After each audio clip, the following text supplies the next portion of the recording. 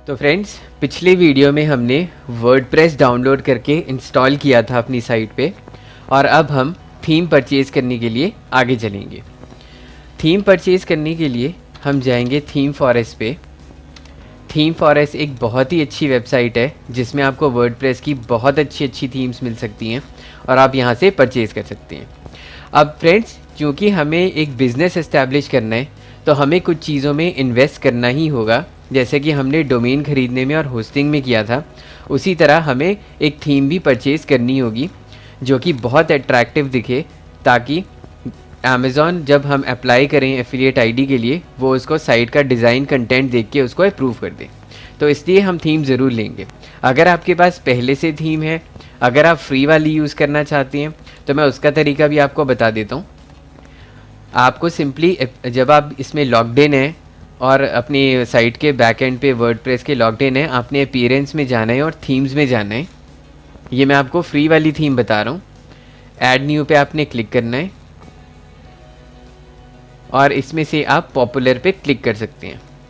ये सारी थीम्स बिल्कुल फ्री हैं, जैसा कि आप देख रहे हैं, सारी थीम्स फ्री हैं। आप कोई भी थीम परचेज कोई भी थीम एक्टिवेट कर सकते हैं फ्री में। उसी तरीके से अगर आप फीचर्ड में जाकर के देखते हैं तो ये भी बहुत सारी थीम्स आपको मिल जाएंगी और आप इनको यूज़ कर सकते हैं। लेकिन मैं आपको अभी भी यही सजेस्ट करूँगा कि आप बहुत ही ब्यूटीफुल थीम ख़रीदें जो कि देखने में बहुत ही अट्रैक्टिव हो।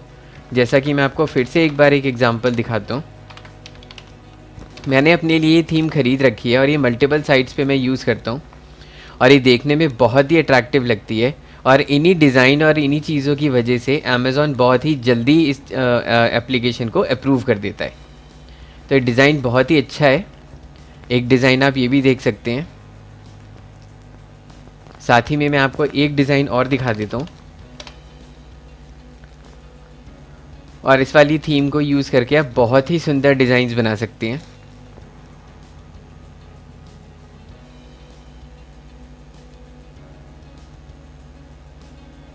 एक एग्जांपल ये देखिए, ये एक ज्वेलरी की अमेज़ॉन की एफिलिएट वेबसाइट है और ये इतनी सुंदर लगती है देखने में। देखिए, ये भी यही थीम यूज़ करके बनी हुई है। तो मैं आपको फिर भी यही सजेस्ट करूँगा, अगर तो आप फ्री के साथ कंफर्टेबल हैं देन इट्स ओके, अगर नहीं है तो आप पेड थीम ज़रूर ख़रीदिए। ज़रूरी है कि ये वाली थीम आप यूज़ करें, ताकि इसमें मैं आपको इजीली समझा पाऊँगा कि आपने कैसे सेटिंग्स क्रिएट करनी है, कैसे इसको बनाना है। तो उसको सर्च करने के लिए सबसे अच्छा तरीका आपके पास है, आप themeforest.net पे आ चुके हैं। अब आपने सर्च करना है RT19। जब आप RT19 डालेंगे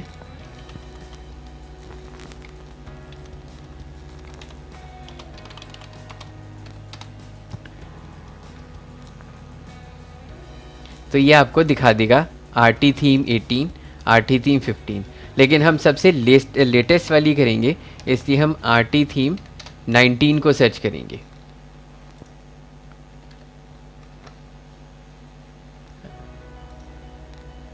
ये देखिए RT थीम 19।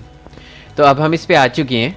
इसकी कॉस्ट $59 है और आप इसको खोल के यहाँ से परचेज़ कर सकते हैं।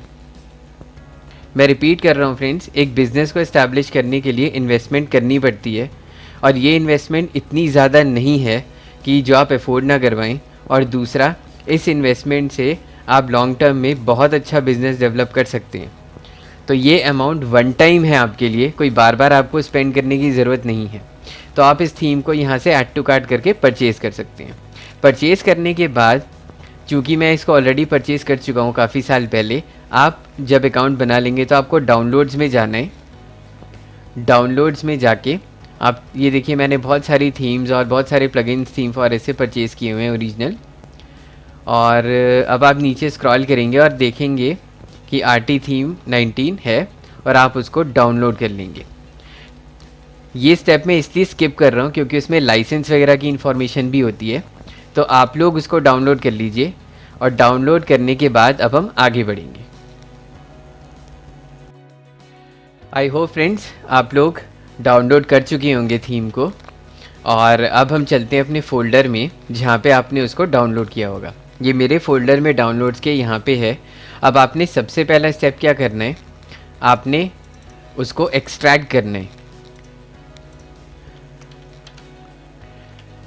राइट क्लिक करके आप उसको जब एक्सट्रैक्ट करेंगे अपने लैपटॉप या कंप्यूटर पे, तो वो एक फ़ोल्डर बना देगा। आपने इस फोल्डर को ओपन करना है जिसमें सारी ये फाइल्स होती हैं।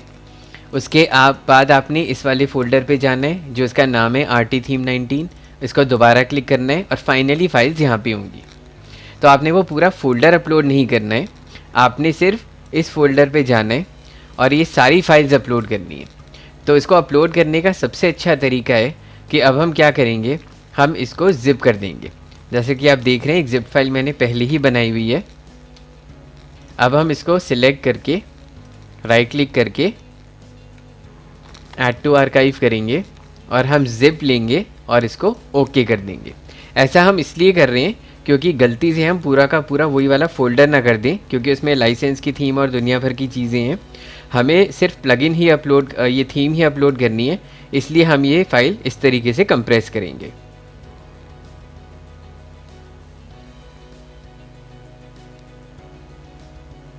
अब ये ज़िप कर रहा है, अब ये इसका ज़िप कंप्लीट हो चुका है। अब हम क्या करेंगे, अब हम वापस अपने सी पैनल पे जाएंगे, जो कि सी पैनल मैंने आपको बताया था। उस सी पैनल पे हम दोबारा जाएंगे। अगर आपको ध्यान नहीं है तो मैं दोबारा से आपके सामने चलता हूँ सी पैनल पे, ताकि आपको कोई कन्फ्यूजन ना हो। अब हम फिर से जाएंगे अपनी साइट के सी पैनल पे।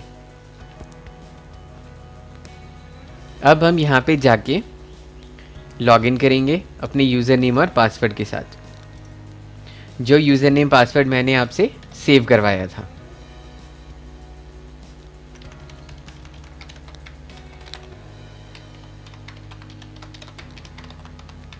तो आप यहाँ पे अपना यूज़र नेम पासवर्ड डाल देंगे और फिर से सी पैनल के अंदर लॉगिन करेंगे। मैं रिपीट कर रहा हूँ कि अभी हमने क्या किया है कि अभी हमने थीम अपनी डाउनलोड की है और अब हम इस थीम को अपलोड करेंगे। तो थीम को अपलोड करने के लिए अब हम फिर से फाइल मैनेजर में जाएंगे। फाइल मैनेजर में जाके हम public_html में जाएंगे। उसके बाद हम WP कंटेंट में जाएंगे। कंटेंट में हम थीम्स में जाएंगे और यहाँ पे हम अपलोड पे क्लिक करेंगे।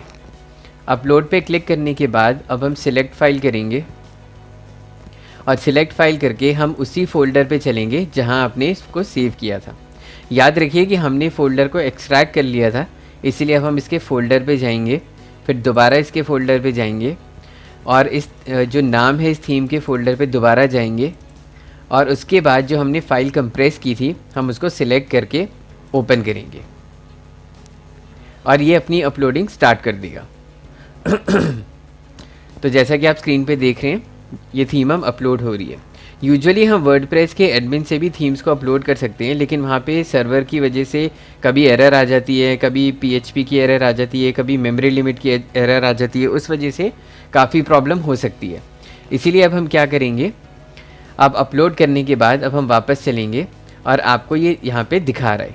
अब आप राइट क्लिक करेंगे, एक्सट्रैक्ट पे क्लिक करेंगे और आप यहाँ पे स्लैश डाल के डालेंगे RTTHEME 19 और फिर से एक स्लैश डालेंगे और इसको एक्सट्रैक्ट कर देंगे।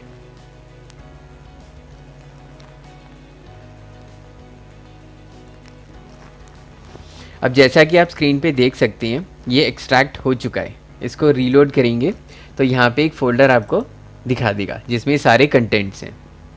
अब हम वापस चलेंगे अपने वर्डप्रेस के एडमिन में और हम अब एक बार इसको रिफ़्रेश करेंगे। रिफ़्रेश करने के बाद अब हम अपीयरेंस में थीम्स में जाएंगे और ये पाएंगे कि वो थीम अब यहाँ पे दिखाई दे रही है, RT थीम 19। अब आप इसको एक्टिवेट करेंगे।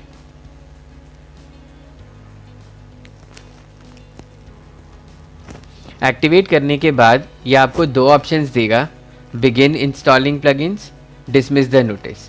आपने बिगिन इंस्टॉलिंग प्लगइन्स पे क्लिक करना है। ये 3 प्लगइन्स ये आपको दिखा रहा है, आपको इस पर टिक करके इसको इंस्टॉल पे क्लिक करना है और अप्लाई करना है। तो अब ये प्लगइन्स इंस्टॉल कर चुका है। और अब हम वापस क्लिक करेंगे return to required plugins installer पे। अब ये हमें कहेगा कि आप इन तीनों को एक्टिवेट कर लीजिए, तो हम सिलेक्ट करेंगे और एक्टिवेट पे क्लिक करेंगे और अप्लाई कर देंगे। अब ये इन तीनों प्लगइन्स को एक्टिवेट कर देगा।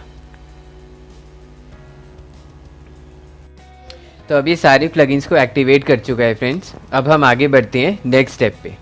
अब हम ये देखते हैं यहाँ पे माउस ले जाकर व्यू साइट में कि अभी तक हमारी वेबसाइट कैसी दिखाई दे रही है। क्योंकि वेबसाइट में अभी कोई डेटा नहीं है, इसलिए हमारी वेबसाइट बिल्कुल प्लेन और ब्लैंक दिखाई दे रही है। अब हम इसको कस्टमाइज़ करेंगे कलर थीम्स वगैरह के साथ, ताकि ये वेबसाइट इसकी तरह दिखने लगे, जैसा कि मैंने आपको एग्जांपल में दिखाया था। हम अपनी ये वाली साइट जो इस तरह से जो दिख रही है, हम पूरी की पूरी साइट को इस तरीके से कन्वर्ट करेंगे और हम तब अमेज़ॉन एफिलिएट आईडी के लिए अप्लाई करेंगे। तो चलिए फ्रेंड्स, अब हम स्टार्ट करते हैं कस्टमाइजेशन के लिए नेक्स्ट वीडियो में।